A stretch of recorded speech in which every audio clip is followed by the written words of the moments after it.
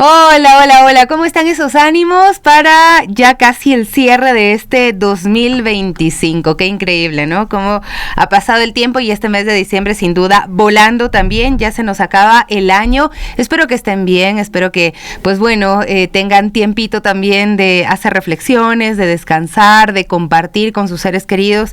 Hoy y hasta mañana pues son días laborables, sin embargo pues uno lo siente como más livianos y hasta innecesarios. Pero aquí estamos siempre contentos de poder acompañarles a ustedes. Ya a las 9:07 y la pregunta que tenemos está ahí planteada a través de nuestro canal de Radio Pichincha Multimedia. Por favor, presten mucha atención para que nos respondan. Nosotros ya tenemos de momento cuántas personas que han respondido nuestra encuesta el día de hoy, 4,123 votos. ¿Cómo califica la gestión del presidente Daniel Noboa durante el 2025? Buena, mala, pésima. Bueno, ahí están las opciones que tiene usted de responder la pregunta a día de hoy. Y ya les cuento cómo van los resultados. Buena nos dice el 1% de nuestra audiencia, mala el 5% y tenemos otro 94% que la califica de pésima. Esas son pues las opciones que tenemos en nuestra encuesta, 4,127 votos hasta el momento. Usted puede seguir dándonos su opinión en torno a este tema. Gracias a quienes nos saludan, a quienes empiezan ya a conectarse a través de las redes sociales. Siempre es un gusto estar con ustedes, siempre es un gusto compartir.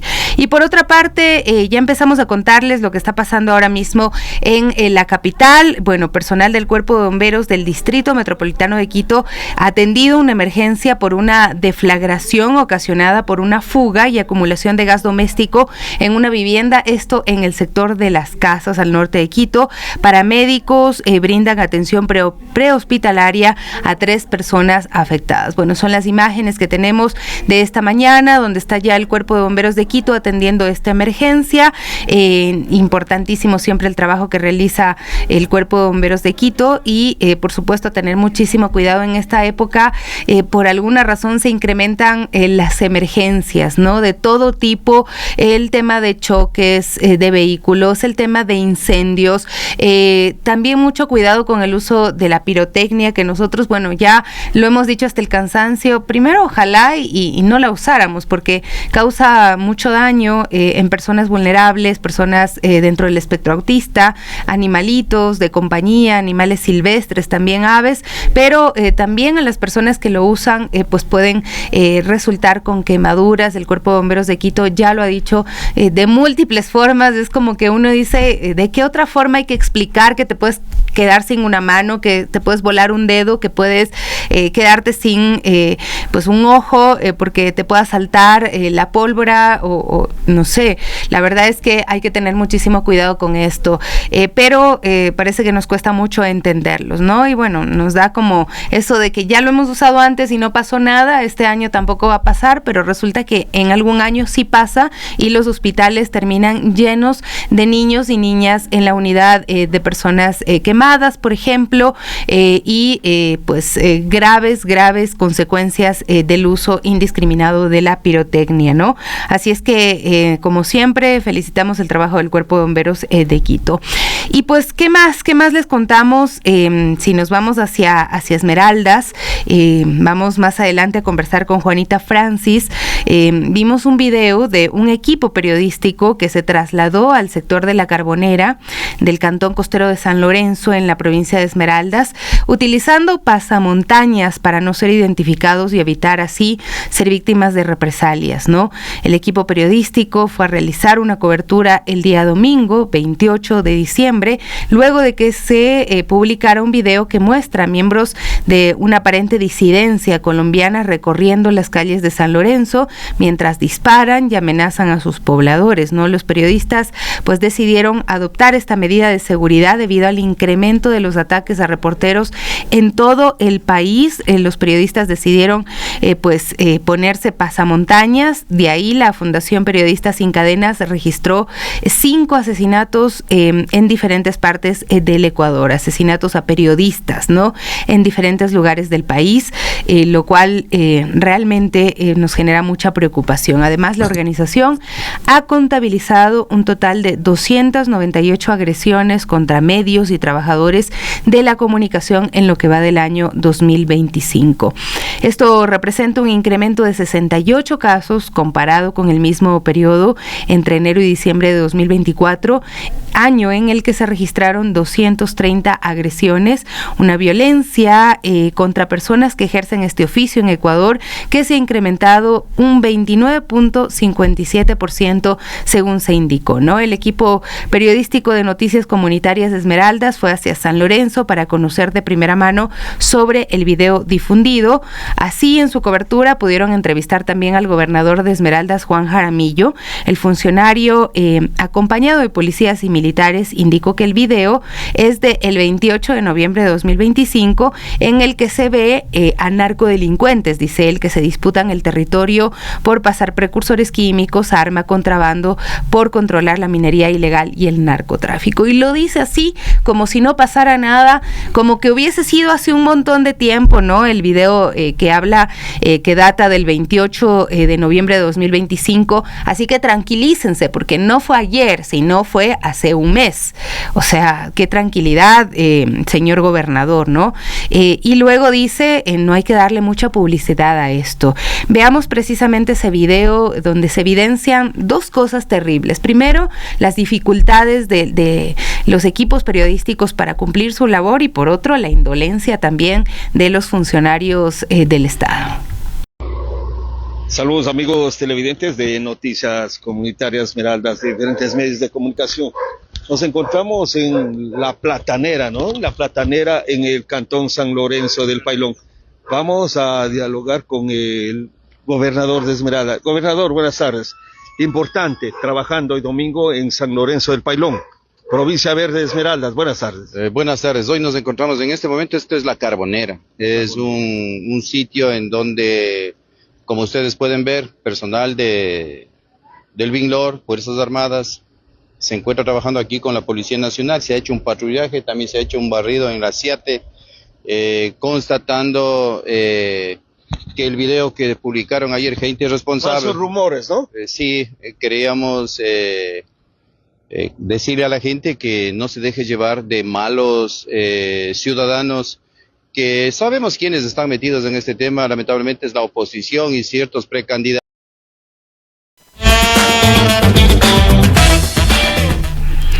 Bueno, ahí están sus declaraciones, ¿no? Termina diciendo, no le den tanta publicidad, etcétera, etcétera. Ninguna respuesta que le pueda dar realmente calma a la población de Esmeraldas, ¿no? Son hechos violentos que están ocurriendo cada día en esta provincia tan linda, que tiene tanto que ofrecerle al país, que de hecho sostienen en muchas formas al país, ¿no? Y estamos leyendo estas noticias todo el tiempo: 3 personas asesinadas, 1 persona herida, infantes que quedan en la orfandad, y pues bueno, eso realmente es muy doloroso. Por eso queremos abordar este tema precisamente como el tema del día de hoy. Y lo dicho, la provincia de Esmeraldas atraviesa semanas marcadas por una escalada de violencia que vuelve a poner en evidencia una crisis de inseguridad estructural, abandono estatal y el miedo cotidiano de las comunidades. En sus comunidades, asesinatos, ataques armados, hechos violentos reiterados que han golpeado a distintos cantones, mientras la ciudadanía convive con la incertidumbre y la sensación de que las respuestas oficiales siguen siendo insuficientes. Vamos en este contexto a conversar con Juanita Francis Bon, activista, analista social afroesmeraldeña, quien desde hace muchos años reflexiona críticamente sobre la realidad de su territorio, el impacto diferenciado también de la violencia en las poblaciones históricamente excluidas y la necesidad de mirar la seguridad más allá de las medidas coyunturales para entenderla como un problema profundamente social, político y humano. Bienvenida, Juanita, qué gusto verte, saludarte antes de cerrar el año. Sabes cómo te queremos acá y pues bueno, hace poquito nada más te pude ver y abrazar conversar en persona, en un día muy triste, además para el país, cuando se cumplía un año de la desaparición de los niños de las Malvinas. Juanita, no es la primera vez que conversamos sobre la violencia, la inseguridad en Esmeraldas, pero desde tu mirada, ¿ha cambiado algo? ¿No ha cambiado desde las últimas veces en las que hemos abordado esta situación? Hola Sofía, mucho gusto volver a estar con ustedes. Realmente yo creo que es una situación que sentimos que estamos la mayoría de los esmeraldeños, y es una preocupación porque las situaciones de Esmeraldas no han cambiado.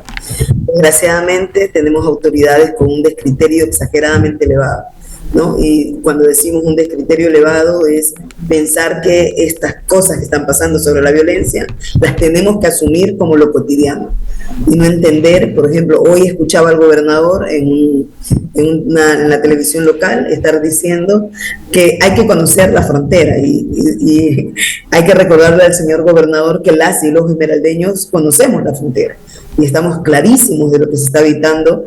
Reconocemos el reflejo del conflicto armado del país vecino, pero, o sea, no me vas a decir que después de 60 años, de más de 60 años de conflicto, no entiendes cómo funciona la frontera. Entonces, estamos en una crisis de funcionarios que entiendan el problema de la seguridad en Esmeraldas y en el país, pero además que entiendan que la intervención no es solamente con armas, ¿no? El despojo que está pasando en las provincias de Esmeraldas y en los territorios donde la violencia está cada vez más elevada no es un despojo accidental. No es accidental que más proyectos mineros estén viniendo para Esmeraldas, no es accidental que los recursos naturales se vean comercializados como la agenda económica del gobierno, pero además que no tenemos intervenciones serias sobre la atención a la provincia. Antes Esmeraldas tenía una casa de salud cerrada, que era el hospital, ahora tiene 2. O sea, el acceso al sistema de salud pública es cada vez más precario. Por desgracia, y perdónenme, pero yo no sé en qué ficción están viviendo, pero el sistema de salud no está bien en Esmeraldas. El sistema de educación no tiene garantías. Y que la ministra salga diciendo constantemente que si hay inversión pública destinada al sistema de educación en Esmeraldas, no es real. Porque si no, la Luis Vargas Torres ya estuviera reconstruida, pues. Y continuamos con una universidad que no ha recibido todos los recursos necesarios para la reconstrucción después del terremoto, y mucho menos la observancia, ¿no?, de cuál es la población focal que está siendo atendida. Y por último, cruza con un problema que está mucho más grave, que es la falta de criterio de observar el contexto local. Que el gobernador en sus declaraciones diga que la crisis de seguridad está conectada con un tema de crisis política partidista es una inmadurez política total, porque es no reconocer que la problemática de Esmeraldas tiene que ver con una pésima administración del gobierno. No es posible que el gobernador apareciera en San Lorenzo cuando el video se viraliza, pero no para hacer una intervención seria. Y esperaron realizar declaraciones después de un mes, bueno, aproximadamente un mes. Porque no es que no están pasando los hechos, están pasando, pero la narrativa del gobierno y de sus funcionarios es ocultar y hacer el juego de loco, ¿no? La gente está hablando porque está hablando, estos periodistas que sacan la nota son periodistas opositores, la gente habla porque habla, como que si fuera una crisis psicótica que la gente tiene, pero no una realidad que la gente está viviendo. No. Ni porque se publica, Juanita, además, porque primero, si no se publica, no van a estas zonas, no hay ninguna intervención, pero ni porque se publica, tampoco se reconoce la realidad que están viviendo las personas de las distintas comunidades, ¿no? Y luego la reacción del Estado está centrada en operativos, militarización, estados de excepción. Este enfoque mira, no ha podido lograr nada. Los operativos han sido también un chiste, porque los últimos operativos, si ven la página de la gobernación, ¿qué incautan? Parlantes. O sea, ¿hacia dónde está puesta la mirada de cuál es la seguridad que lo que se quiere hacer? Y lo segundo, y perdón que te interrumpa, pero es que me parece que es mucho cinismo de la intervención, ¿no? Esmeraldas es una provincia militarizada, pero además que tiene una categoría de régimen especial sobre la seguridad. O sea, Esmeraldas no es una provincia que no tiene la atención sobre la seguridad. O sea, se sabe la problemática que se está viviendo, pero han hecho una pésima intervención. Y una pésima intervención porque no existe un plan de intervención para Esmeraldas. ¿Cómo es posible que un territorio militarizado como Esmeraldas haya sido violentada su frontera de la forma que la vemos en el video.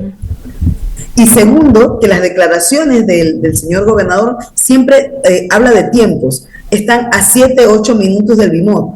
Eso quiere decir que el BIMOD está vacío, porque respuesta inmediata no existió. Entonces, en estos momentos, que si vivimos una crisis como esta, no hay personal para intervenir. Pero sí ves operativos de cierre de negocios en las condiciones que estamos de empleabilidad. Esmeraldas tiene una crisis turística terrible. En las condiciones que estamos, además de no tener una coordinación entre las autoridades locales. Porque en medio de la crisis que tenemos una crisis con las autoridades y sus relaciones. Entonces no existe una mesa de seguridad que esté funcionando orgánicamente y responsablemente. Entonces nos hablan de un informe de seguridad que tenía que haber sido emitido el mismo 28, porque no te vas a demorar un mes para emitir un informe de seguridad, pues. Claro. Y mucho menos con una intervención de este tipo, porque rompe fronteras. Entonces debería haber sido inmediato y debería haber estado toda la cúpula nacional metida en Esmeralda viendo qué estaba pasando. Pero no, mejor no lo cuentes, Sofía. Ahorita es mejor no lo cuentes, tenemos una pausa y lo dejamos para enero para ver si es posible que se pueda hacer un análisis de contexto. Eso no puede ser la respuesta. Ahora, desde las comunidades, Juanita, ¿cómo se vive esta repetición del ciclo? Hechos violentos, anuncios oficiales, presencia militar temporal y luego el regreso a la misma realidad que se está viviendo, que continúa, que es un ciclo. Mira, cruelmente, y lo digo cruel porque hace mucho tiempo veníamos hablando de lo que pasa con la naturalización de la violencia. Ya no es necesario que el Estado te ponga un toque de queda porque la misma población lo pone. La población en San Lorenzo, si ustedes tuvieron la oportunidad de conversar con los pobladores, te dicen es que a partir de las 6:30, 7 de la noche, no salimos. La misma comunidad se ha autorregulado porque la dinámica de la violencia te ha acercado. Entonces, no es posible que no pensar en lo que está sucediendo como territorio, cuando desgraciadamente te están condicionando a no tener espacios públicos. Y hay un esfuerzo de las organizaciones sociales locales, de las comunitarias, de las barriales, de hacer una toma del espacio público. Pero hasta el espacio público no te brinda las garantías para ejecutar actividades.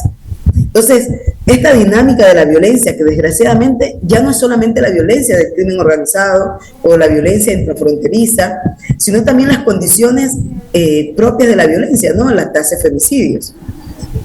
O las mismas condiciones que se están generando alrededor de no contar con institucionalidad que responda. La falta de acceso a justicia, no tener las herramientas completas de la institucionalidad para poner una denuncia, para no entender lo que está pasando a nivel territorial. Y lo otro es que no podemos dejar por fuera la falta de transparencia presupuestaria. ¿Hacia dónde se están invirtiendo los recursos de seguridad y qué tenemos como provincia en términos de recursos de seguridad, ¿no? Esa tasa de homicidio no puede ser vista como una cartografía natural de los contextos locales. Esmeralda es una provincia que netamente vive del turismo, que vive de su gastronomía, que tiene una dinámica además distinta, porque ni siquiera podemos decir que los remanentes del petróleo no generan estabilidad económica o empleabilidad. Y estamos con una crisis de una intervención que ojalá que en algún momento se investigue quiénes son los políticos o los funcionarios de gobierno que tienen involucrados sus nexos con el tema de las nuevas estrategias mineras que se vienen a la provincia. Porque también debería darles como vergüenza a esos funcionarios estar involucrados en esas empresas y transformándose en socios, ¿no? Que se investiga porque ese despojo territorial para hacer esas intervenciones extractivistas tienen que ver mucho también con cómo están problematizando los territorios. Pero es que, Juanita, además, como tú bien decías, es un cinismo las declaraciones del gobernador cuando habla así de que pasan por ahí precursores químicos, de que hay armas, contrabando, que minería ilegal, narcotráfico, y lo dice como si la población de Esmeraldas tuviera que acostumbrarse, como si ya fuera algo totalmente, como bien tú dices, naturalizado, ¿no? Cuando se hacen estas estrategias de seguridad, también se ha omitido mucho el escuchar a las comunidades afroesmeraldeñas. ¿Qué efectos tiene esa exclusión en el diseño de políticas que supuestamente buscan protegerlas? Mira, lo primero es que es perpetuar el tema de la estigmatización y el racismo sobre la población. Mira, los últimos gobiernos, y no quiero como solo pensar en lo que está pasando con el actual, que es un presidente ausente. Es un presidente que desgraciadamente su presencia y su ausencia da lo mismo, y eso preocupa, porque estamos hablando de gobernabilidad y estamos hablando de presupuesto para las políticas públicas. Segundo, que tenemos una precarización del sector público. Y hay que poner en evidencia que esa precarización del sector público violenta cualquier acceso a derechos y cualquier acceso además a contar con políticas efectivas para las comunidades y para la población. Los sectores de atención prioritaria, personas de la tercera edad, personas con enfermedades catastróficas, las infancias, los adolescentes, las juventudes, las mujeres, que además tienen una triple, en contexto de violencia, las mujeres tienen una triple carga de cuidado. Porque no es solamente el cuidado de la casa, es el cuidado de la comunidad, la protección a los suyos, el repensarse, ¿no? Cómo se está poniendo en riesgo hasta la soberanía alimentaria en contextos de violencia. Entonces, la afectación de no contar ni siquiera con una gobernabilidad que te permita sentirte respaldado, con una atención y con presupuestos transparentes para las políticas públicas, es poner en riesgo constantemente la vida. ¿Y la vida de quiénes? De justamente de las personas que están en los grupos de atención prioritaria. Así es. Niños, niñas, jóvenes, mujeres, especialmente en términos de proyectos de vida, migración forzada, normalización de la violencia. ¿Cómo se está reflejando esto? Mucha gente ha tenido que salir de Esmeraldas de forma obligada, migración que ahora es aún más dura para llegar a destinos, por ejemplo, como Estados Unidos, o simplemente irse a otra provincia donde también cuesta rehacer la vida. Si justamente estamos como colectivo sacando una encuesta, que se encuentra vigente todavía, porque sí nos preocupa mucho primero reflexionar sobre el desplazamiento, ¿no? En qué forma, y bueno, esto está pensado para las mujeres y sus familias, pero sí es importante reconocer en qué condiciones se están desplazando las poblaciones. ¿Qué moviliza ese desplazamiento? Porque además han sido desplazamientos que han sido constantes, ¿no? Que han sido de forma individual y luego se han transformado en desplazamientos de núcleos familiares, de grupos familiares. Y estos desplazamientos, ¿en qué condiciones son receptados también? La población de acogida, ¿en qué condición te están como recibiendo? Pero además, ¿cómo continúa tu cadena de acceso a derechos o la precarización de esos accesos? Entonces, solo poner como ejemplo, ¿cómo estás viviendo tus derechos sexuales y reproductivos? ¿Cómo el desplazamiento forzoso y en qué condiciones estás menstruando, por ejemplo? ¿Qué pasa con las mujeres embarazadas? ¿Qué pasa con los controles de esas mujeres embarazadas? ¿Qué pasa con el acceso a educación en medio de un desplazamiento forzoso, en el desplazamiento interno? Porque ahora las preguntas empiezan a variar cuando el desplazamiento es un desplazamiento o es una migración forzada que te obliga a cruzar la frontera, ¿no? Latinoamérica está viviendo una ola de violencia tenaz, mal manejada por nuestros gobiernos. O sea, es toda Latinoamérica. Y lo que está haciendo la variante es la intervención del gobierno del Estado. Y cuando digo que esas se transforman en las variantes es en entender los ciclos de la violencia, pero además su propia escalada. La violencia jamás ha parado en el Ecuador. En los últimos tiempos lo que ha habido es un pique que la ha elevado. Y lo que hemos tenido como resultado son malas intervenciones territoriales.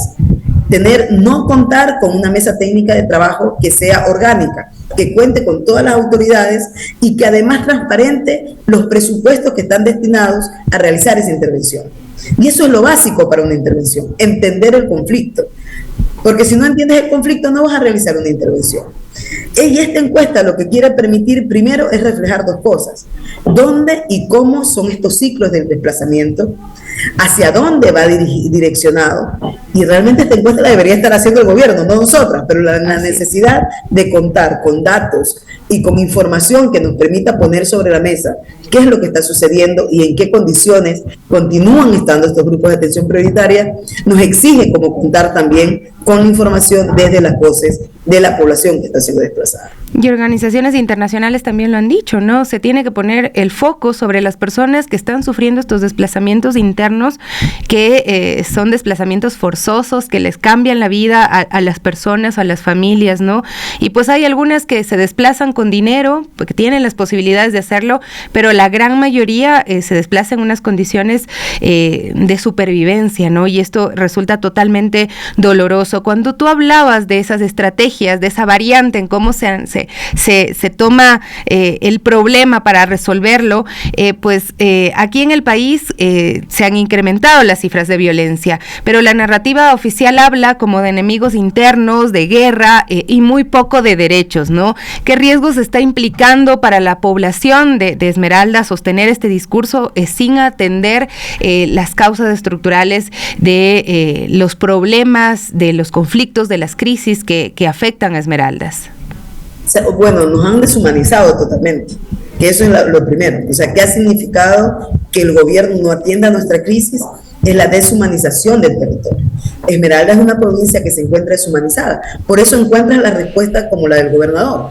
No hagan publicidad de esto, no lo estén contando, no hablen de esto. Y por eso también te encuentras con autoridades.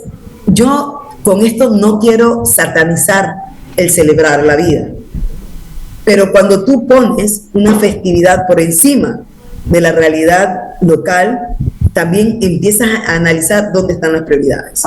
La deshumanización del territorio se transforma en la entrega de muñecos cuando sabemos que tenemos una crisis alimentaria con niños, ¿no? Que tenemos una crisis además de empleabilidad.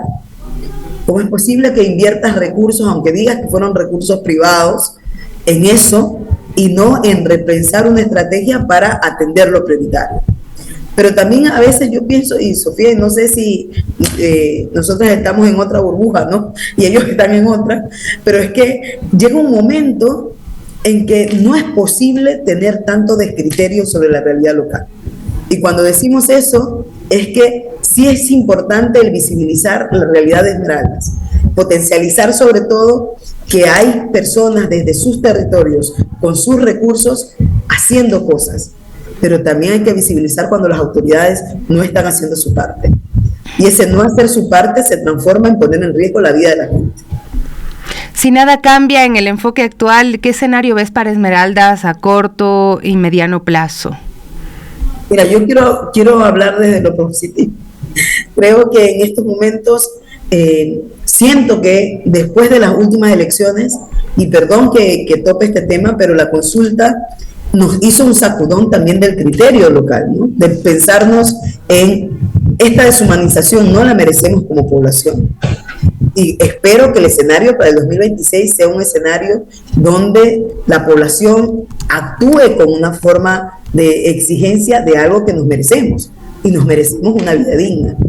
Que la paz no sea solamente esta ficción que la escriben, sino que sea algo vivible, que sea orgánico, que la gente diga, estamos viviendo, que pueda transitar, que pueda bajar a las 12 de la noche de mi casa, ir al comedor de la esquina del Bochinche y pedir un encocado, que eso también es dignificar la vida de la gente. Uh-huh.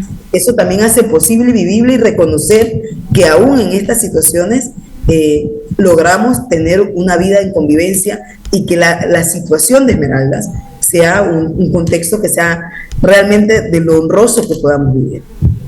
Juanita, te envío un abrazo muy fuerte a ti, a todas las compañeras de Mujeres de Asfalto que están trabajando de una forma siempre tan digna, con tanto corazón, con tanto amor por su gente, por su provincia, y de verdad, sabes que te queremos muchísimo. Aprovecho esta oportunidad para decirte pues que te deseo un feliz año y que espero que sea mejor para Esmeraldas, de verdad. Yo siempre que te veo me pongo a llorar. Muchísimas gracias, Sofía, a ustedes, a Radio Pichincha, por estar atentos y atentas, por esta posibilidad también, porque reconocemos que tener un micrófono y hablar sobre lo que está pasando nos permite también estar conectadas, ¿no? Y nos permite vernos y reconocernos desde el respeto y la dignidad. Así que muchas gracias también a ustedes. Abrazos fuertes, mi querida Juanita, y pues a todas las compañeras de Mujeres de Asfalto también. Son las 9:35, es tiempo de hacer una pausa y estamos de regreso enseguida con ustedes y con más de Las Guarmis. Y bueno, la Gaby Cruz ya está con nosotros en esta mañana, mi Gaby, qué lindo tenerte ya por acá para compartir en Las Guarmis. Así es, buen día mi Sofi, buen día amigos y amigas de Las Guarmis de Radio Pichincha. Ya estábamos aquí también conversando un poquito de las festividades, de las familias, y bueno, también ustedes que nos escuchan, nos ven, también que nos comenten cómo han pasado también en familia estas fechas, igual lo de fin de año, año nuevo, también cómo lo van a pasar. De alguna manera eso también nos nos alimenta, nos motiva también a seguir el día a día acá también compartiendo información con ustedes. Acá me comparten un dato, porque estábamos hablando del desplazamiento interno, y desde la Defensoría del Pueblo se ha presentado también una investigación defensorial sobre el desplazamiento interno forzado por inseguridad en el Ecuador, con el apoyo de ACNUR y la Dirección de Protección Civil y Operaciones de Ayuda Humanitaria Europea, ¿no? ¿Qué es lo que se dice en este informe? Hay hallazgos que impacta el desplazamiento a 313.228 personas de unos 150.000 hogares. 13% tiene al menos un miembro desplazado y el 38% fue a causa de la violencia e inseguridad, ¿no? Esto es pues parte de la realidad que vive en nuestro país. Ya vamos a repasar con mayor profundidad también este informe que tiene la Defensoría del Pueblo. Y bueno, ahora queremos hablar de un tema que ya lo hablamos el día de ayer, y es la lamentable muerte de Edison David Farinango. Él es la cuarta víctima mortal del paro nacional 2025, y el día de ayer, pues en la comunidad San Ignacio de Cotacachi, su comunidad, esto en la provincia de Imbabura, se realizó su velación, ¿no? Él falleció el sábado 27 de diciembre. Recordemos que él fue herido por 2 bombas cuando salió caminando por la vía E35 para buscar sus medicinas, porque él ya tenía un cuadro hepático previo. No participó del paro, él únicamente iba en búsqueda de sus medicamentos y lamentablemente fue impactado por estas bombas, y esto lo tuvo en estos meses, ¿no?, hospitalizado, y lamentablemente el fin de semana falleció. Así es, 2 meses de una lucha por su vida, y pues no sobrevivió. La comunidad lo despide con mucho amor y con mucho dolor. Es muy penoso lo que se está viviendo en las comunidades, son las secuelas de una represión por el Estado en función de la protesta con la justa protesta que se realizaba en el mes de septiembre y octubre. Hoy estamos haciendo la despedida a uno de los compañeros y luchadores de las comunidades, que fue brutalmente agredido por la fuerza pública. En este sentido, hacemos un llamado a la población, a todas las comunidades, peticiones de un pueblo que hacía una justa demanda. Muy penoso, una familia devastada con el dolor por perder a un ser querido, un joven de 30 años que tenía todo por vivir, que da mucha tristeza, da mucha melancolía ver cómo jóvenes que le apostaron a una protesta pacífica, hoy tenemos que despedirlos. Lastimosamente, el gobierno tiene mucha responsabilidad en esto, y el gobierno de Daniel Noboa es el responsable por haber mandado a la fuerza pública a reprimir de esa manera. Bueno, ahí escuchábamos las declaraciones de una persona que también participó en esta velación de Edison Farinango, y él habla, ¿no?, de esta represión que vivieron cientos de personas, decenas de familias durante el paro nacional 2025, sobre todo en esta zona del país, ¿no?, en Imbabura, en Cotacachi, en Otavalo. Así es, y al llegar al Camposanto, pues el féretro fue ubicado en el centro. La tapa se abrió para permitir que cada familiar se despida por última vez. Uno a uno se acercaron, algunos en silencio, otros entre sollozos. Las mujeres lloraban desconsoladas, las palabras se mezclaban entre el español y el quichua, reflejando la identidad y la profundidad también del duelo. Un primo de Edison tomó la palabra frente al ataúd con la voz quebrada, se despidió llamándolo guerrero y le deseó un buen viaje. Quiero llevar en nuestra memoria, quiero que nos guíes desde otro mundo para seguir resistiendo contra este sistema. Primo, gracias por tu lucha, gracias por defender al territorio, gracias por defender a los humildes, a los pueblos indígenas. Hasta pronto, primo.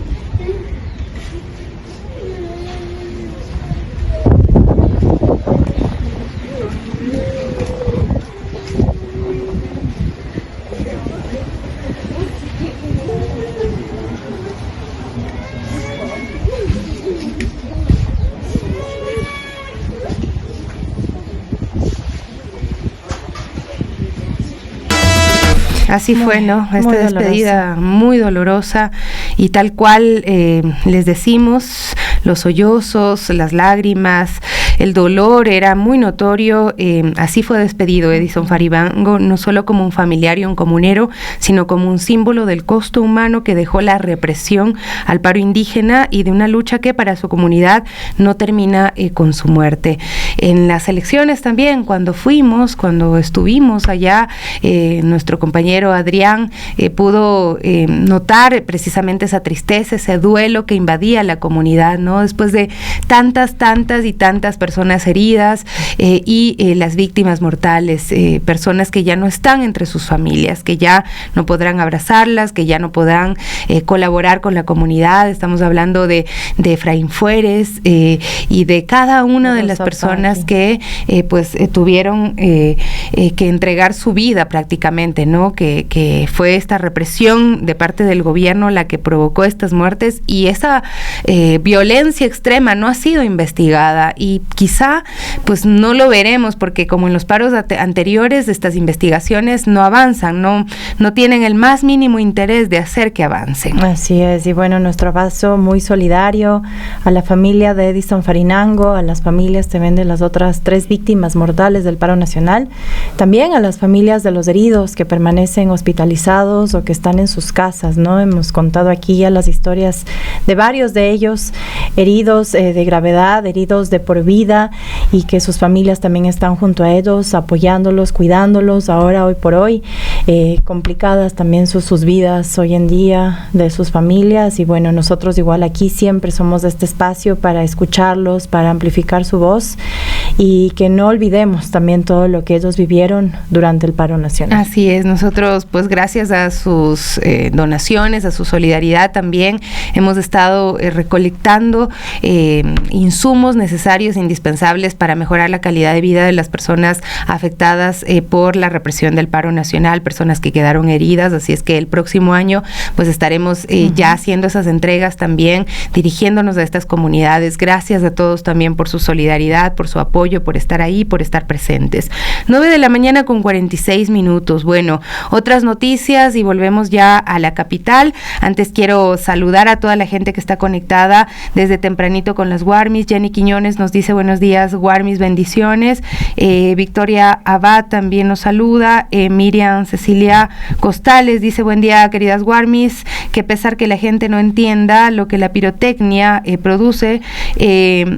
Ojalá no les pase nada, pero será la única manera que aprendan, ¿no? Bueno, es muy duro pensar en esto. Javier Silva también nos saluda. Javier Tipán, buenos días. Gracias por poner temas que afectan a la sociedad, un problema que no ve la realidad en Esmeraldas y otras provincias de nuestro país. ¿Qué más nos dicen? Patricio Orellana, saludos también. Juanca, no esperen nada de este gobierno, nos dice. ¿Qué más? Edgar Garcés, también despertemos ecuatorianos. Gladys, qué triste realidad, qué pesar que el mismo gobierno no les da protección, ¿no?, a las comunidades en Esmeraldas. Juan García, saludos cordiales, Guarmis de Pichincha.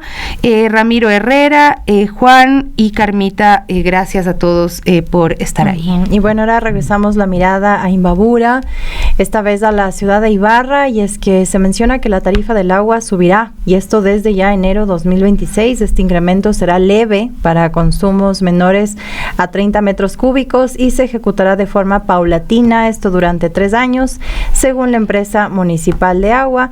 Escuchemos más en el siguiente reporte en la voz de nuestra compañera Daniela Fonseca. A partir de enero de 2026, la ciudad de Ibarra aplicará un incremento gradual en las tarifas del servicio de agua potable, tras la aprobación de un nuevo pliego tarifario alineado a la normativa nacional.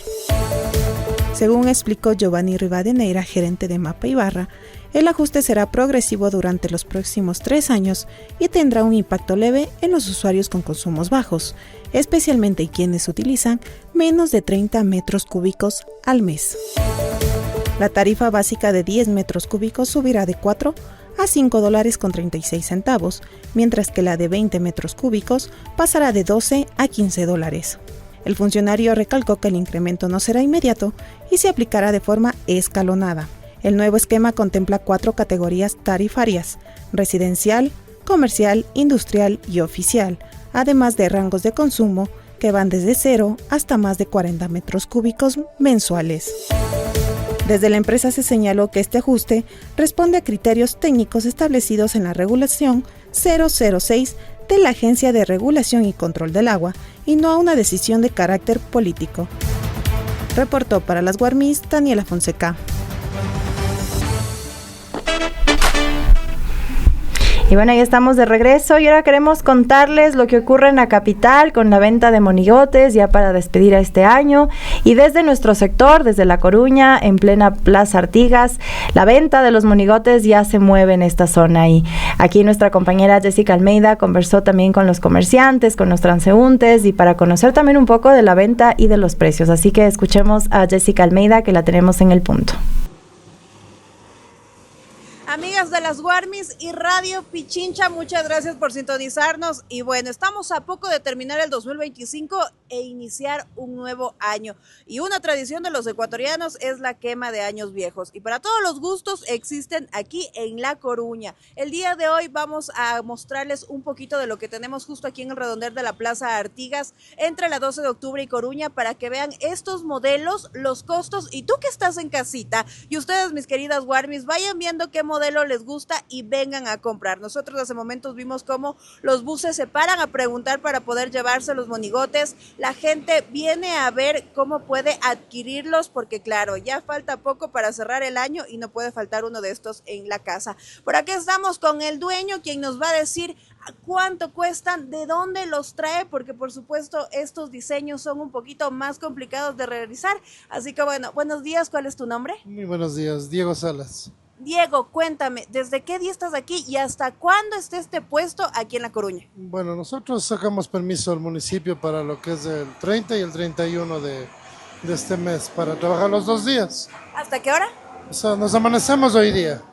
¿Y mañana? Y mañana hasta la hora 0, que es las 12 de la noche, estamos aquí.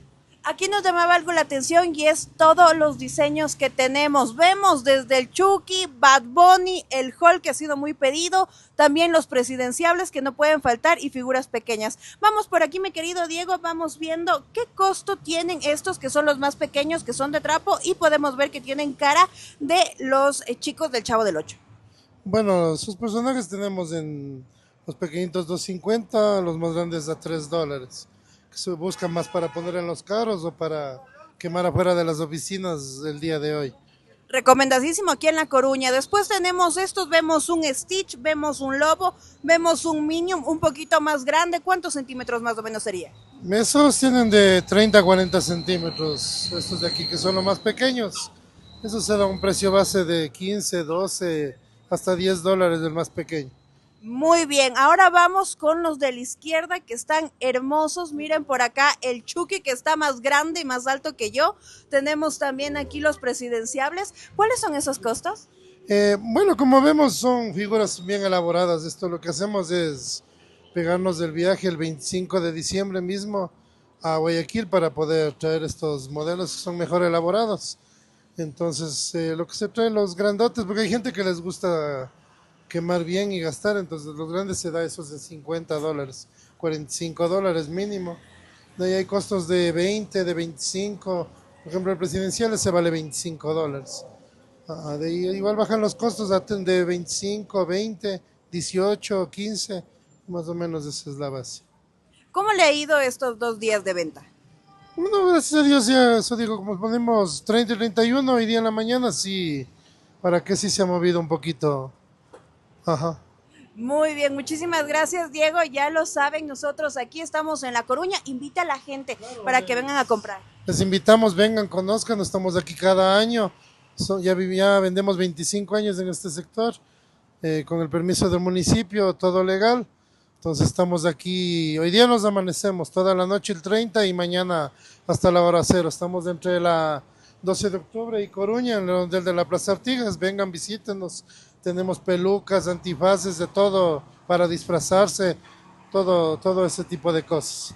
Muy bien, Dieguito, muchísimas gracias. Así que ya lo saben, mi gente de Radio Pichincha, si es que ustedes necesitan adquirir un monigote, lo tenemos aquí. Coruña y 12 de octubre hay varios puestos, de hecho, que como dicen, tienen el permiso municipal, si no, no se pueden expender. Y la gente, lo bueno de este lugar es que pueden transitar e ir llevando. Ya saben los costos, ya pueden ir viendo los modelos que necesitan y así cerrar el año como todo ecuatoriano, con la quema del año viejo. Seguimos con ustedes.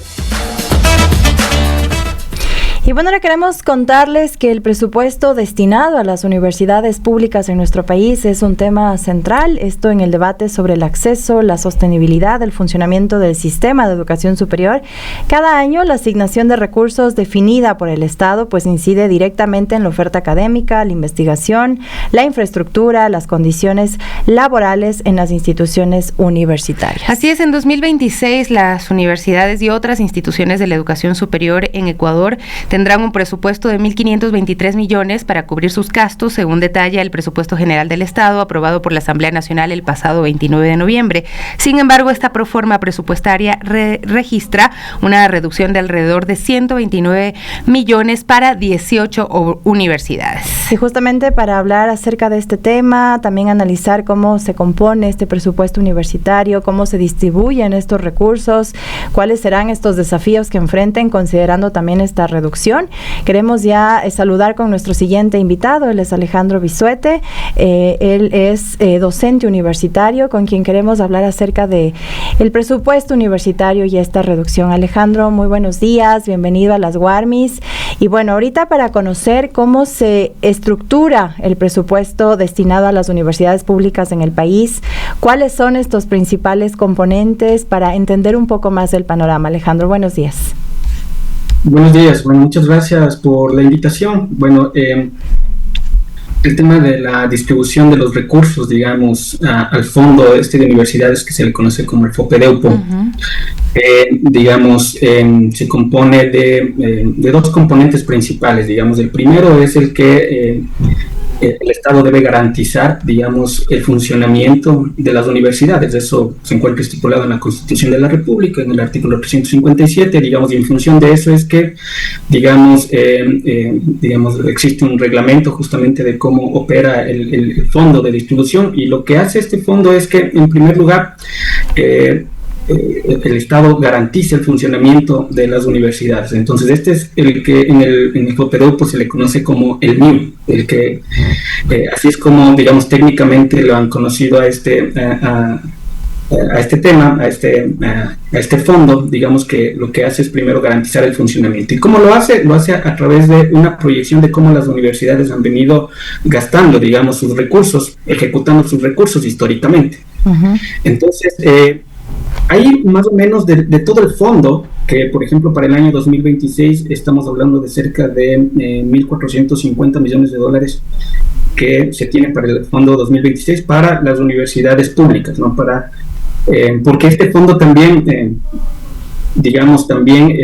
se distribuye en otras universidades que son las llamadas cofinanciadas y también las universidades que son exclusivamente de posgrados. Entonces existen tres grandes grupos.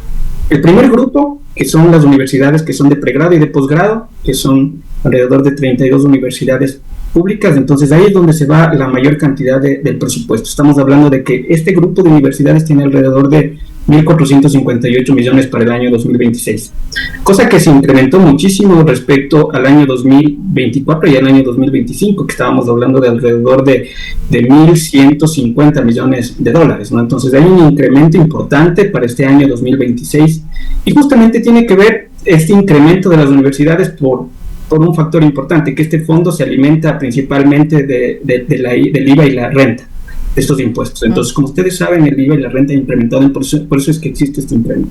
Entonces, este fondo lo que primero intenta es garantizar el funcionamiento de la universidad y, la ex-CENESID, bueno, ahora que es parte del MINEDEC, lo que hace es hacer proyecciones matemáticas en ver cómo han venido históricamente ejecutando sus gastos y su gasto corriente, lo que les permite funcionar a las universidades, y en función de eso de alguna manera proyectan para los siguientes años, ¿no es cierto? Uh-huh. Entonces ese es el principal fondo, y en ese fondo se va alrededor de entre el 85 y el 90% de todo el fondo se va en asegurar que funcione las universidades.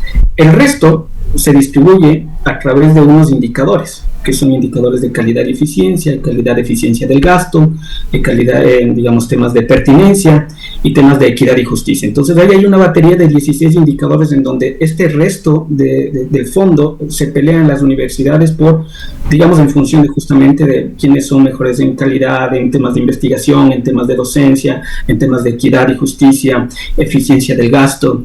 Entonces hay una batería de indicadores en donde, digamos, nos aplican a todas las universidades y en función de eso nos distribuyen Alejandro, hemos visto, digamos que ha habido la protesta de varias universidades que están dentro del grupo de las universidades a quienes o a las cuales, digamos, los presupuestos se van a disminuir, ¿no?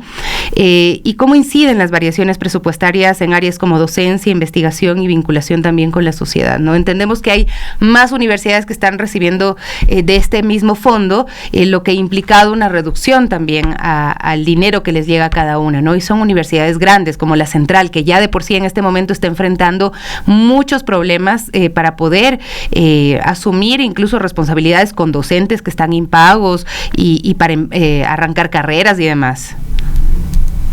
Sí, o sea, realmente el presupuesto en una universidad es fundamental, ¿no? Digamos, no es el único fondo con el que una universidad se financia, ¿no? Hay que entender que también, digamos, la universidad también genera fondos de autogestión. Entonces, en ese sentido, hay algunas universidades que son mucho mejores en generar autogestión, dinero de autogestión, ¿cierto? Entonces, pero si hay otras universidades, como por ejemplo las universidades de reciente creación, que realmente es difícil generar, digamos, eso, el tema de la autogestión se hace a través de años de demostrar calidad en docencia, de generar posgrados, de generar educación continua, en función de un montón de eso. Pero en realidad el presupuesto que destina el Estado para las universidades es vital, es fundamental. Sin eso, de alguna manera, no se puede, primero, digamos, pagar profesores competentes, porque no es solamente un tema de transferencia de conocimientos, sino también un tema de generación de conocimientos. Y esto se hace a través de la investigación, ¿sí? Y a través de la innovación. Entonces, en función de eso, justamente se debe propiciar, digamos, espacios para que los docentes puedan incluso hasta prepararse a su propia planta docente, puedan prepararles, pueden enviarles a posgrados, pueden enviarles a especializarse en áreas de investigación propias de la universidad, y esto de alguna manera genera conocimiento, genera que las universidades crezcan, genera que las universidades de alguna manera trasciendan y no sean únicamente transmisores de conocimiento, sino también sean generadores de conocimiento, que es tan importante para el país, ¿no es cierto? Que se vinculen con la industria, que se vinculen con el sector productivo del país. Entonces, sin el presupuesto que principalmente pague profesores competentes para la investigación, no es posible. Pero también, aparte de eso, se necesita justamente mantener laboratorios, compra de laboratorios, digamos, registro de patentes. Hay un montón de gastos que tienen que ver con el tema de la investigación y también con el tema de la vinculación con la sociedad, que son las funciones sustantivas de una universidad, ¿no es cierto? Entonces, también hay otros factores que son fundamentales, por ejemplo, sobre todo en las universidades públicas, como son el tema de las asistencias y de las becas y las ayudas económicas a los estudiantes, por ejemplo, de estudiantes bajos recursos que realmente necesitan este dinero para poder culminar sus estudios. De lo contrario, digamos, es imposible para muchas personas culminar. Entonces, también las universidades tienen que dar estas ayudas económicas y estas becas en donde de alguna manera permita a muchos sectores de la población poder culminar sus estudios, ¿no? Ese es uno de los factores que, por ejemplo, inciden muchísimo en las tasas de retención de los estudiantes. Estudiantes que, por ejemplo, no pueden sostener todos sus estudios, justamente por falta de recursos económicos. Entonces ahí la universidad tiene que focalizar también sus recursos para poder dar estas asistencias y estas ayudas económicas a los estudiantes, y de eso principalmente, en eso en donde generalmente se invierte, principalmente en las universidades, ¿no? Sí, entre otros temas. Sin duda van a tener que recurrir a esta autogestión, porque ya la decisión de la reducción presupuestaria a las universidades ya es un hecho para el presupuesto 2026, y también veremos, ¿no?, qué pasa tras esa decisión.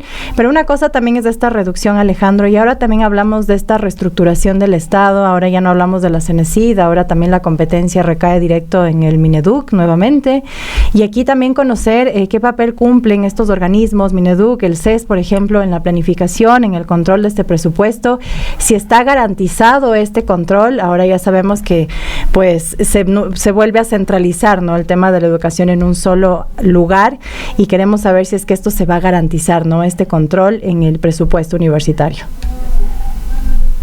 Sí, realmente ahí existen varios retos. Yo creo que realmente este tipo de decisiones creo que necesitan un poco de transición, un poco de pensarlo con mayor frialdad acerca de las complicaciones que puede tener esto a futuro, ¿no? O sea, también tiene cuestiones favorables. En el hecho está de que, por ejemplo, sí existe un divorcio entre la educación media y la educación superior, por ejemplo. Eso es un tema que de alguna manera esperemos que ahora con esta fusión de alguna manera pueda llegar a darse, ¿no? Justamente entender estos factores que inciden en el acceso a la educación superior, por ejemplo. Otro de los temas, pero también tiene complicaciones, ¿no? Porque pasa a segundo plano, digamos, el ente rector de la política pública en educación superior es el ex-CENESID, y ahora pasa al Ministerio de Educación y Cultura, ahora llamado Mineduc, y que de alguna manera también lo que hacen es un poco disminuir el Estado, ¿no?, el aparato, y eso realmente para poder hacer gestión se necesita principalmente de recurso humano, que realmente esté en territorio, que de alguna manera de salidas a las principales necesidades que tienen las instituciones de educación superior, que no solamente son universidades y escuelas politécnicas, sino también son institutos superiores, también que de alguna manera eso estaba bajo la rectoría, sobre todo los institutos públicos estaba bajo la rectoría del ex-CENESID, y que de alguna manera, esperemos que de alguna manera no se vean mermados las gestiones que se realizan alrededor de eso, ¿cierto? Entonces, pero de alguna manera, personalmente creo que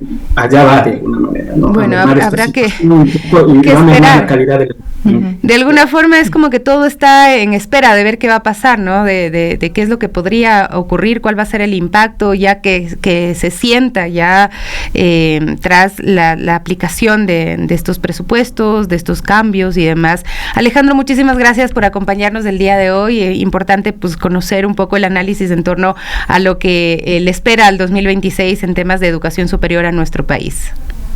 Con mucho gusto. Muchas gracias por la invitación. Un abrazo fuerte para Alejandro Vicente, docente universitario, quien nos acompañaba esta mañana, pues abordando este tema, ¿no? El presupuesto universitario y la urgencia, ¿no?, que tiene nuestro país también de invertir más en educación superior en el Ecuador. 10 de la mañana con 7 minutos. Y bueno, ahora les tenemos una mención muy importante.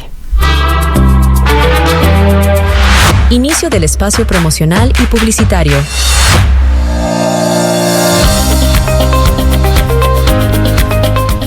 En esta Navidad, regálate el mayor detalle que puedes darte, tiempo para ti. En Cruz Roja Pichincha pensamos en tu bienestar y por eso lanzamos una promoción especial para estas fiestas. 2 limpiezas faciales profundas por solo $50. Es el momento perfecto para renovar tu piel, despedir del estrés del año y comenzar el 2026 con frescura y luminosidad. Nuestras limpiezas incluyen aplicación de colágeno, ácido hialurónico, lifting o regenerador, ideales para hidratar, rejuvenecer y devolverle suavidad y brillo natural a tu rostro.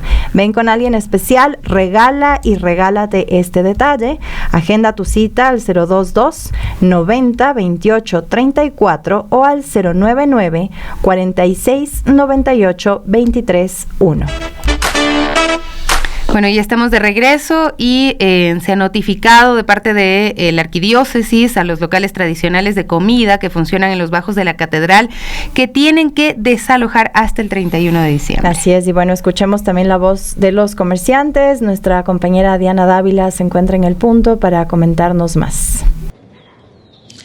Saludos cordiales a nuestros amigos que están en la señal de Radio Pichincha. Nos encontramos en este momento en la Plaza de la Independencia en el Centro Histórico de Quito, al frente de los locales tradicionales que se encuentran a los bajos de la iglesia de la Catedral. Y es que ¿quién no ha venido hasta acá a servirse un seco de chivo, un juguito, helados, espumillas, un café, un mote con chicharrón? Por lo general, por ejemplo, yo no sé en su caso, pero por ejemplo mi abuelita sabía traerme aquí desde muy pequeña para brindarme un juguito y un sándwich después de la escuela, y ha sido como un impacto bastante fuerte, tanto para los quiteños y las personas que conocemos estos lugares, mucho más para los dueños de estos locales que han permanecido entre 40 y 65 años en estos lugares. La notificación que recibieron de parte de la Iglesia Católica hace 3 meses de que tienen que desalojar hasta este fin de año. Este fin de año será muy distinto para cada uno de ellos, pues tendrán que desalojar estos espacios que fueron construidos por sus madres y que ya está una tercera generación aquí atendiendo a las personas, tanto turistas nacionales, extranjeros, como los mismos quiteños. Logramos hablar con una dueña de un local, se trata de Guadalupe Tito, de más de 70 años, quien incluso le afectó tanto la noticia que estuvo en terapia intensiva durante una semana tras recibir la notificación.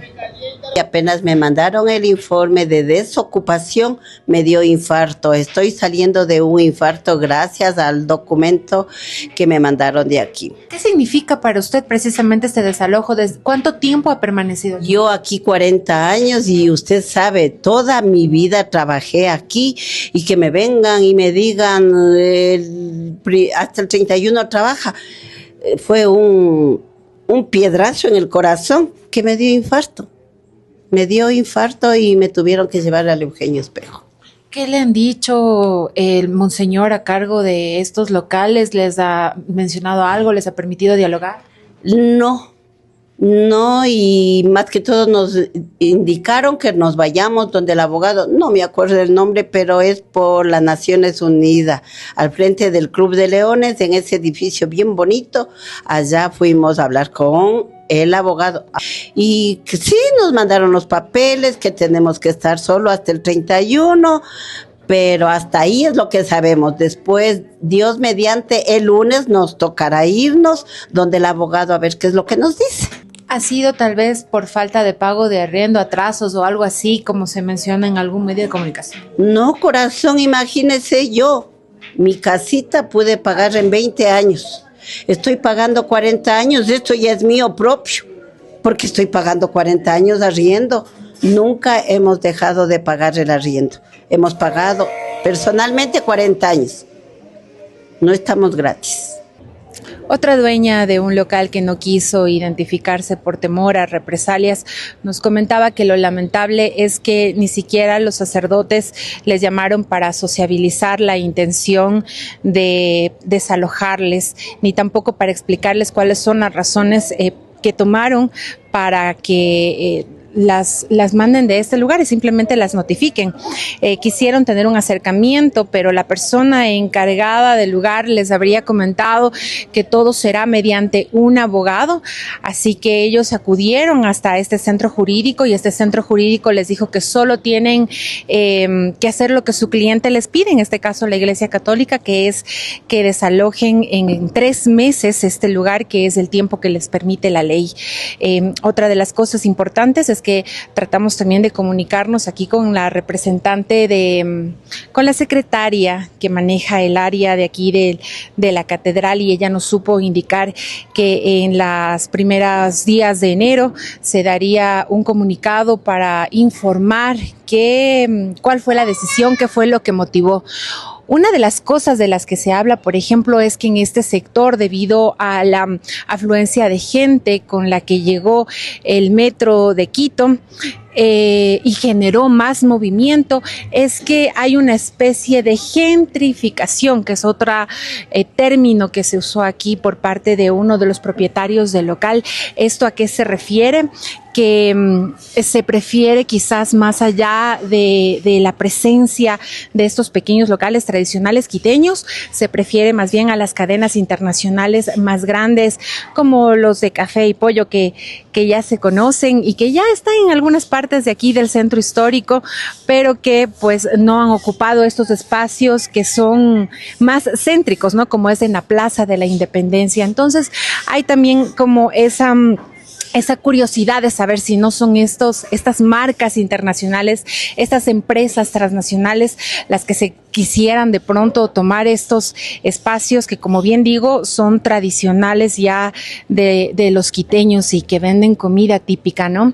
Entonces eso es lo que les podemos informar, compañeras. Vamos a tratar de averiguar y comunicarnos también acá con la Iglesia Católica y tratar también de contrastar esta información por parte de ellos, porque también nos comentan, por ejemplo, que el monseñor a cargo de este lugar ya está 3 años aquí y lo que habrían dicho o justificado es que él no sabe bien cómo es el manejo. También se ha mencionado, por ejemplo, que no están los arriendos al día, pero todo lo contrario, aquí dicen que sí se pagan los arriendos puntualmente, que hay una garantía incluso. Los lugares son totalmente limpios, como ustedes pueden ver, ya hay turistas aquí sirviéndose comida, un cafecito, algo. Ya es tradicional, es parte de la cultura del centro histórico de Quito.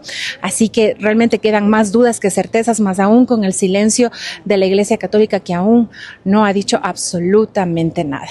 Es lo que les podemos informar, compañeras, en este momento desde el Centro Histórico de Quito. Continuamos con ustedes. Bueno, veíamos la nota de Dianita y claro, les enviamos un abrazo muy fuerte a las personas que tienen estos negocios, que sí, es como que uno alguna vez se sentó ahí a comer un platito de seco de chivo, seco de pollo. Las quesadillas riquísimas, los heladitos que venden ahí. Dulces tradicionales y bueno, sí obviamente genera, porque más allá del negocio como tal, es algo que ya es tradicional, ¿no? De esta capital. Y es verdad que lo que dice Dianita, que por la zona ya en la calle de la presidencia, que se me va ¿cuál es? El Palacio Arzobispal, lo que queda al otro lado. Ya, pero también hay ahí ya comercios que son de grandes transnacionales, de marcas, de donas o de incluso también hay de ropa, pero que son marcas que son muy grandes, ¿no? Entonces da cuenta de que habría quizá este interés de pasar a generar esta imagen del centro histórico con marcas grandes y olvidarse de que hay gente, ¿no? Y claro, uno dice, bueno, la Iglesia Católica, ¿cómo es dueña de tantas cosas? Le estábamos preguntando acá, porque obviamente a lo largo de su historia han recibido muchas donaciones de terrenos, de infraestructuras, que algunas han sido utilizadas como establecimientos educativos y demás, pero si hacemos un listado, no sé, tendríamos que buscar en el registro de la propiedad. Creo que la Iglesia Católica es dueña de bastante acá en Quito, ¿no? Y no solamente en Quito, sino en muchas ciudades del país e incluso en el mundo entero. Así es que, pues bueno, ojalá y haya una explicación que también se la merecen las personas y ojalá se repiense un poquito esto, porque al final del día son economías que dependen y además son tradicionales, tantos y tantos años que los hemos visto ahí a estos negocios crecer de a poquito también, ¿no? Y que le dan una imagen y una cara bonita también a Quito. Así es, y lo cuestionable aquí es lo que mencionan los mismos comerciantes, es que no ha habido este diálogo, no se han acercado a ellos, solo recibieron notificaciones, nadie les da razones y es esto, ¿no? Es como pedirles, ¿no? Que realmente, y esto lo mencionábamos también tras cámaras, es actuar según lo que uno predica, así que pedirles que se acerquen con toda la empatía del caso a la ciudadanía, que también escuchen lo que tienen que decirles, buscar una conciliación, un consenso, dialogar, que es realmente lo que hoy por hoy necesitamos y no tomar como estas medidas tan radicales, donde solo notificar y ustedes verán lo que hacen. Ahí escuchábamos lamentablemente a la señora que su condición de salud se vio afectada también tras esa notificación, así que es de ese pedido, ¿no? Que escuchen a estos comerciantes, a las familias, a los negocios que hay detrás y abiertos a este diálogo. Así es, bueno, son las 10:19, seguimos repasando noticias y no las mejores de lo que ha ocurrido en nuestro país. Así es, y bueno, 2 ataques armados se registraron la tarde y noche del lunes 29 de diciembre, esto en Flor de Bastión, esto al noreste de Guayaquil. 3 personas fueron asesinadas y otras 2 resultaron heridas. Personal de la Dirección Nacional de Delitos contra la Vida, la DINASED, y también de Criminalística de la Policía, pues acudieron al sitio para realizar las investigaciones respectivas. asesinatos, una vez más, siempre lo decimos aquí, parece que estamos normalizando esta situación de hablar de asesinatos a diario en nuestro país, pero es la realidad en la que vivimos. Así es, bueno, muy triste nuestra solidaridad con las familias que enfrentan estas pérdidas todo el tiempo en el Ecuador. 10:20, otro tema, pues la abogada del ex vicepresidente Jorge Glass, Sonia Vera, que estuvo hace poquito nada más también acá en Punto Noticias, denunció que durante la audiencia de habeas corpus pues se registraron varias irregularidades. Entre ellas señaló que el Ministerio de Salud habría emitido a la Corte Interamericana el expediente de Glass con información correspondiente a otro paciente. Pese a estas observaciones, el juez habría hecho caso omiso a los alegatos de la defensa. Ya escuchamos más temprano sus declaraciones. Vamos con el último tema que tenemos hoy. Tema del día.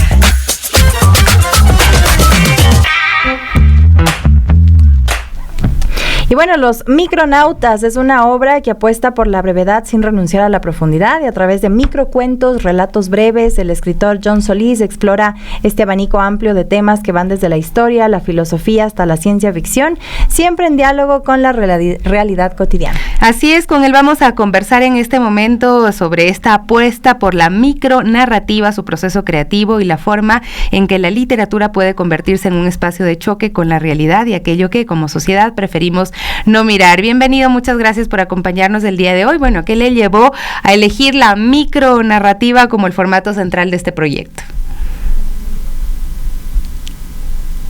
El audio, el micrófono, por favor, si podemos prenderlo. Y estamos un poquito a contraluz. Tenemos un foco atrás que nos impide ver correctamente su imagen. Ahí lo escuchamos. Perdón, ya, disculpe, mil disculpas, ya está. Listo. Sí, ¿me escuchan, verdad? Sí, lo escuchamos, John. Ya. Bien, muy bueno, un saludo cordial a todos los a quienes nos escuchan en este momento, y un agradecimiento especial para ustedes, Radio Pichincha Universal.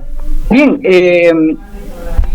la colección Micronautas ganó el concurso nacional de colecciones en 2023, incluye a 4 autores de poesía breve y de literatura breve. Entendida desde luego la literatura breve como un chispazo, es decir, como la intención de crear todo un universo en pocas palabras. Por ejemplo, un cuento, un microcuento, en sus límites más flexibles tiene hasta 300 palabras. Mientras que, bueno, desde luego hay cuentos incluso más pequeños, que son los nanocuentos, que son como un tuit, es decir, hasta 20 palabras. Y en cambio en la poesía hay la tradición de los haikus, que son poemas muy, muy breves, de 5, 7 y 5 sílabas, de la tradición japonesa, y que nos trajo acá Jorge Carrera Andrade, como el gran poeta ecuatoriano, como una novedad en ese momento. Pero ahora, claro, lógicamente se ha ganado un gran espacio la poesía y la literatura breve. Entonces, este proyecto es un homenaje a esa literatura breve, con 4 autores que son, bueno, yo, perdón, John Solís, Carlos Garzón Novoa, Sara Vanegas Cobeña y Adriano Balaguer. Es decir, 2 autores de literatura de micronarrativa y 2 autores de micropoesía. John, en uno de tus relatos, esto queremos no dejar de preguntarte, tú abordas un tema muy fuerte de nuestra problemática social actual, y es el sicariato, y desde una relación padre-hijo. ¿Por qué decidiste también topar este tema de la problemática social? Y también crees que a través de los microcuentos pues nos lleva a esta reflexión sobre estos temas que estamos atravesando, como la violencia, y en comparación también con otras narrativas más extensas, y puede funcionar a través de un microcuento. Sí, perfecto, mire, porque lo que pasa es que los microcuentos de la microliteratura abordan las realidades de la ficción de un modo muy breve, y el mundo está girando de un modo muy breve, si se fijan, ¿no? O sea, todo es urgente, todo es rápido. Y eso abre las puertas, o sea, un pequeño microcuento abre la posibilidad a una reflexión mucho más grande. En ese caso, por ejemplo, del sicariato, ese es un tema que nosotros vemos en nuestra sociedad, ¿no? Y los escritores, de alguna forma, somos el reflejo también de esa sociedad. Entonces no podemos sustraernos de esos temas, pienso yo.